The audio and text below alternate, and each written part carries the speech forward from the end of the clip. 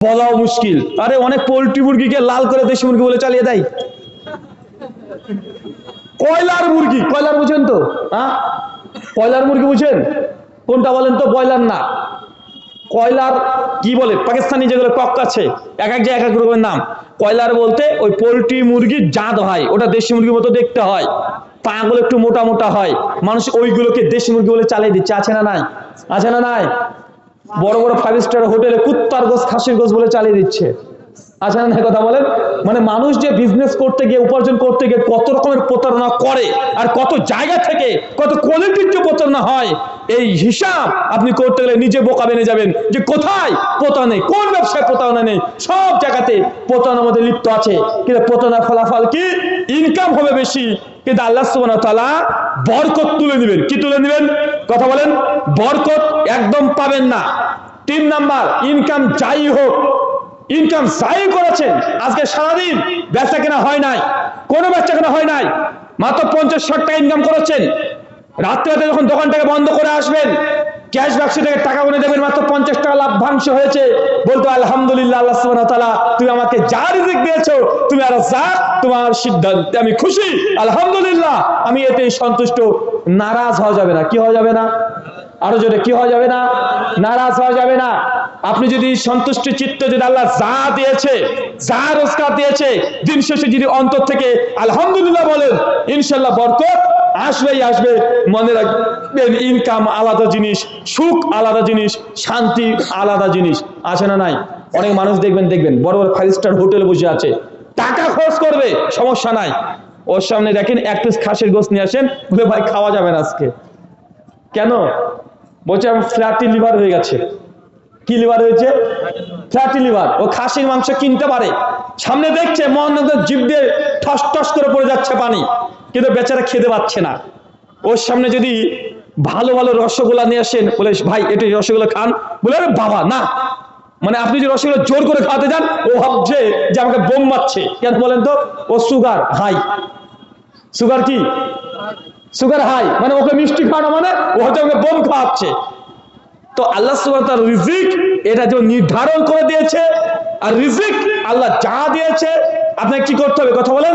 দিন শেষে আপনাকে আলহামদুলিল্লাহ বলতে হবে, তাই রিজিকে বরকত বাড়বে। আর দিন শেষে যা পেয়েছেন, আপনি নারাজ হয়ে গেলেন, আজ বেচা কেনা হয় না, দূর কি যে করলাম, সারাদিন লস চলে গেল, বেচা কেনা হয় নাই, এ হয় নাই, ওই হয় নাই। যদি নারাজ হন, নাশুকরি হন, কি হবে? কথা বলেন, কি হবে? রিজিক থেকে বরকত তুলে নিবে।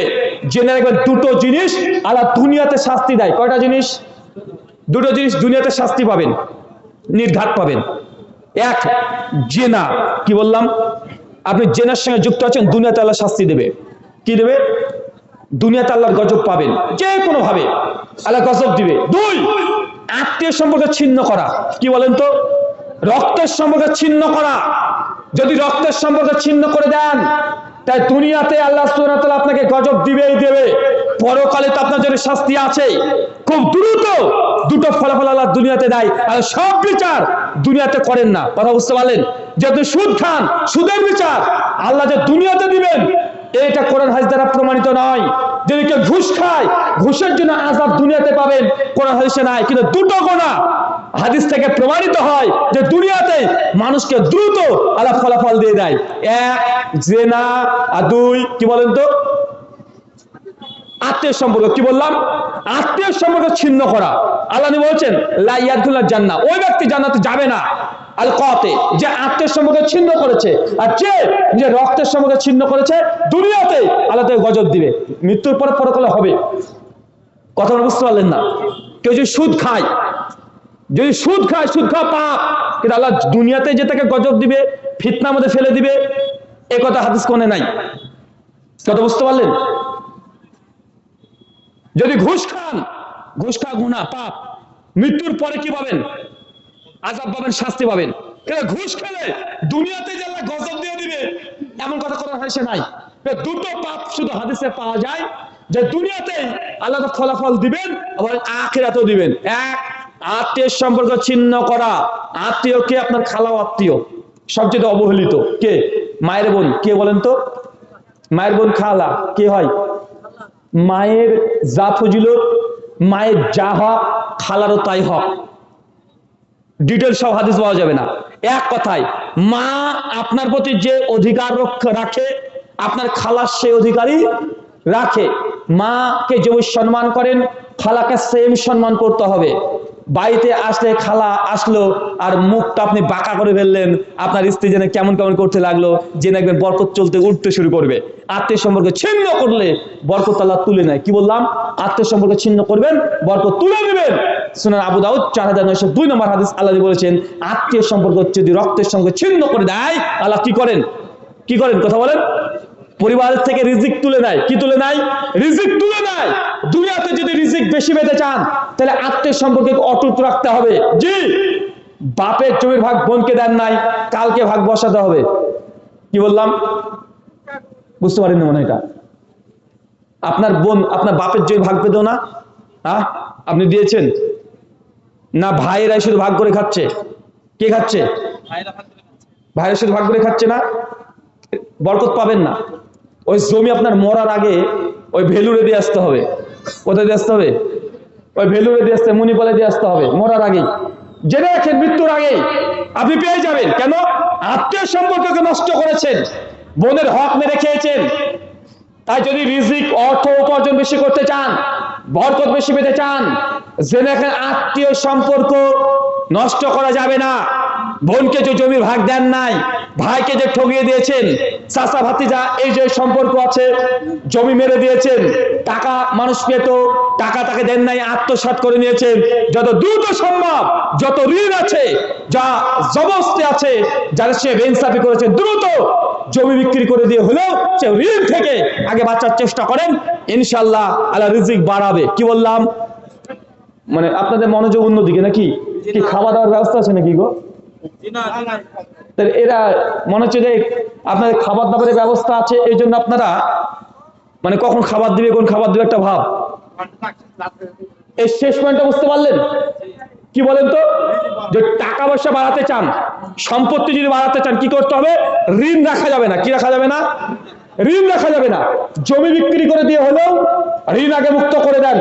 2, যে যার সঙ্গে প্রতারণা করেছেন তার সঙ্গে মিটচুট করে নেন। 3, বাপের সম্পত্তি যদি বোনকে দিয়ে না থাকেন বা যারা তার হকদার তাদেরকে যদি দিয়ে না থাকেন, দ্রুত সম্পত্তি বন্টন করে দেন আজকেই। 4, যত রকমের আত্মীয় সম্পর্ক ছিন্ন করেছেন, দ্রুত সে ফাঁসে জালে হোক, তারপরে তার সঙ্গে আত্মীয়তার সম্পর্ক রক্ষা করার চেষ্টা করেন। রক্তের সম্পর্কে মানুষ 3 দিনের বেশি কথা না বলে থাকতে পারবেন না। কি বললাম? কয়দিন? 3 দিন।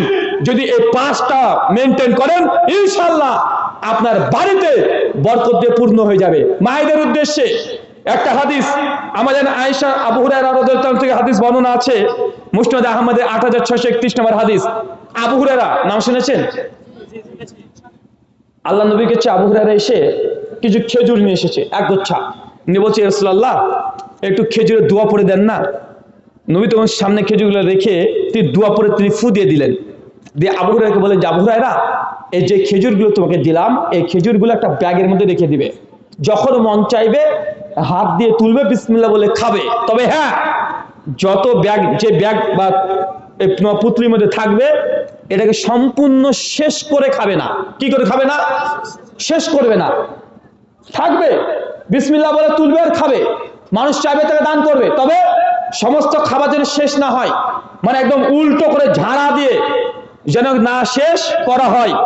আবু হুরায়রা রাদিয়াল্লাহু আনহু বলছেন যে আমি আলমী যেই দিন দিয়েছি সেই দিন থেকে আমার সঙ্গে একটা আমি পুতলা রেখে দিতাম, মানে ব্যাগ ট্যাগ কিছু রেখে দিতাম, যখন মন চাইতো আমি খেতাম, যে চাইতো তাকে আমি দান করতাম।